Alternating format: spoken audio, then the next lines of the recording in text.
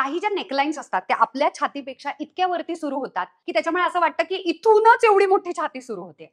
आणि हे होऊ नये याच्यासाठी तुम्ही ज्या हाय नेकलाईन्स आहेत त्या अवॉइड करायच्या. आता वरती सुरू होणारे गळे कोणते कोणते? Turtle neck. म्हणजे काय, मस्त तो थंडीचा जो टिपिकल क्लासिक टर्टल नेक असतो तो शक्यतो अवॉइड करायचा. त्याचा छोटासा भाऊ म्हणजे मॉक नेक, पण तरी गळ्याभोवतीच पूर्ण सुरू होते वरून, ती पण टाळायची. तिसरं जे आपल्याला शक्यतो टाळायचं आहे आणि ते म्हणजे बोटनेक सुद्धा. कारण की डीप बोटनेक न येता बोटनेक बऱ्यापैकी हाय नेक म्हणजे इथून सुरू होतात आणि वरून कट करतात. म्हणजे काय, गळ्यापासूनच ती चेस्ट सुरू होते. त्यामुळे हा जो इफेक्ट आहे ना, ह्या नेकलाईन्स कोणासाठी चांगल्या आहेत? ज्यांचे स्मॉलर बस्ट लाईन आहे. आता इतर कोणाचंही आपल्या बस्टकडचं लक्ष आपल्याला काढून टाकायचं आहे तर ऑफकोर्स आपण डीप व्ही नेकलाईन नाही घालायला पाहिजे. कारण व्हीचा त्रिकोण तिकडे जातो आणि चेस्टकडे लक्ष जातं आणि त्या बस्ट एरियाकडे लक्ष जाणार.